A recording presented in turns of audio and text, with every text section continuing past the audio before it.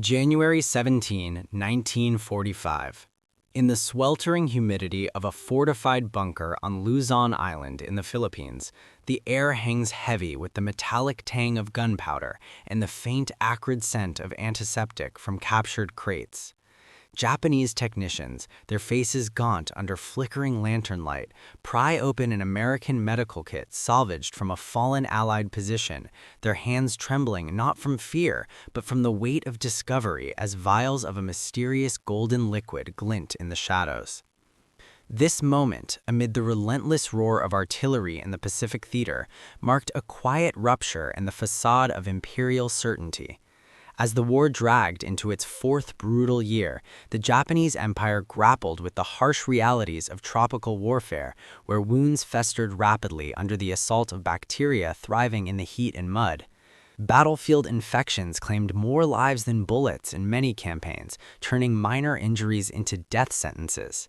The Imperial Japanese Army's Medical Corps relied on limited sulfa drugs and traditional antiseptics, resources stretched thin by supply lines severed by American submarines.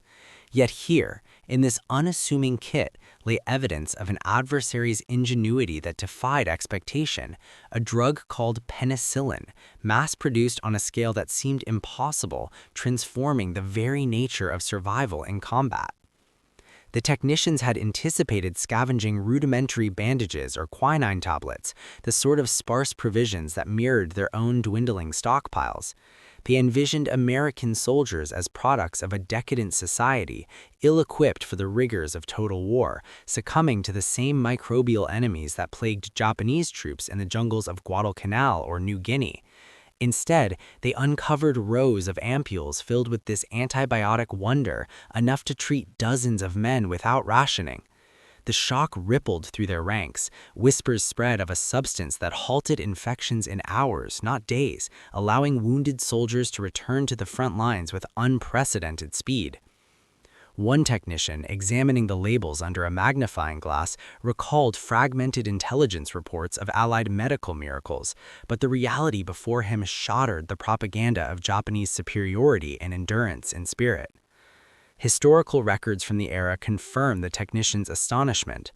Penicillin's origins traced back to 1928, when Scottish bacteriologist Alexander Fleming noticed a mold, Penicillium notum, inhibiting bacterial growth in a petri dish at St. Mary's Hospital in London.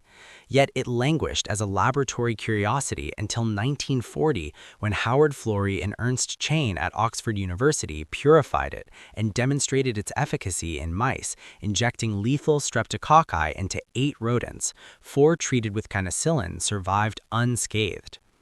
As quoted in Florey's 1941 report to the Medical Research Council, the results were so striking that we decided to proceed with the preparation of penicillin for human use. But Britain, besieged by the Blitz, lacked the industrial capacity for mass production amid wartime demands.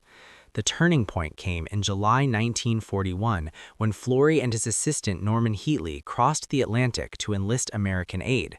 In Peoria, Illinois, at the U.S. Department of Agriculture's Northern Regional Research Laboratory, scientists like Andrew Moyer revolutionized fermentation techniques. They substituted corn steep liquor for the original nutrient medium, boosting yields by a factor of 10. Corn, that golden staple of vast Midwestern fields, became the unsung hero, its abundance fueling the antibiotics' proliferation. By 1943, Pfizer and other firms had scaled up deep tank fermentation, producing 21 billion units monthly by mid-1944. Official U.S. War Production Board data reveal that penicillin output surged from mere grams in 1942 to over 650 billion units by war's end, with 2.3 million doses stockpiled for the Normandy invasion alone. In the Pacific, this translated to survival rates for infected wounds climbing from 50% pre-penicillin to over 95% as documented in U.S. Army Medical Department reports. As the technicians decanted a sample, testing it cautiously on bacterial cultures smuggled from field hospitals, the contrast deepened. Their own efforts to acquire penicillin had been furtive and futile. Agents dispatched to neutral Spain in 1944 procured a scant sample from a Barcelona lab, but replication proved elusive without the industrial know-how.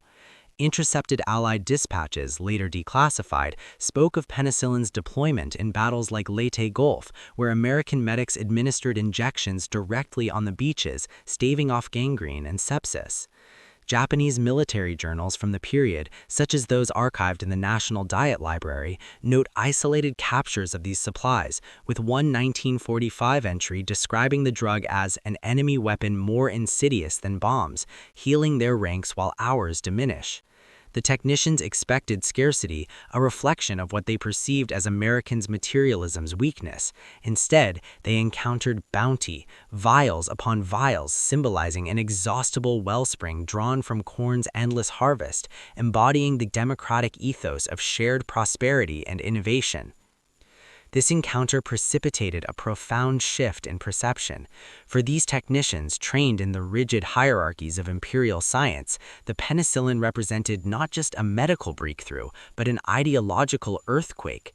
It exposed the limitations of Japan's resource-starved autarky, where innovation bowed to wartime exigencies, contrasted against America's collaborative might, universities, government, and industry united under the Office of Scientific Research and Development. Post-war interrogations of Japanese medical officers conducted by U.S. forces and detailed in the 1946 Strategic Bombing Survey reveal admissions of envy and resignation. One officer confessed, "The enemy's ability to produce such quantities undermined our belief in inevitable victory." Ideologically, it chipped away at the notion of spiritual superiority. If corn-fed factories could conquer bacteria, what hope for Bushido against mechanized abundance? The technicians' reports filtered up the chain, contributing to a growing fatalism among high command, accelerating the erosion of morale as Allied advances intensified. Throughout this revelation, the humble ear of corn recurred as a potent emblem. In the Peoria labs, it was corn's steep liquor that unlocked penicillin's potential, transforming agricultural surplus into life-saving elixir. Captured American rations often included corn-based foods, a reminder of the heartland's fertility that powered both bodies and breakthroughs. To the technicians handling the vials, it evoked images of endless amber waves, cornfields stretching under open skies, harvested by free hands in a land where democracy fostered innovation unbound by decree. This symbol wove through their analysis, contrasting their own famished fields, rationed and bombed, with America's verdant plenty. In the epilogue of this shadowed discovery, as the bunker echoed with distant explosions foretelling defeat, a deeper truth emerged. Penicillin, born of corn's abundance, stood as a testament to freedom's quiet power, the liberty to innovate, to share knowledge across borders, yielding miracles that outlast empires.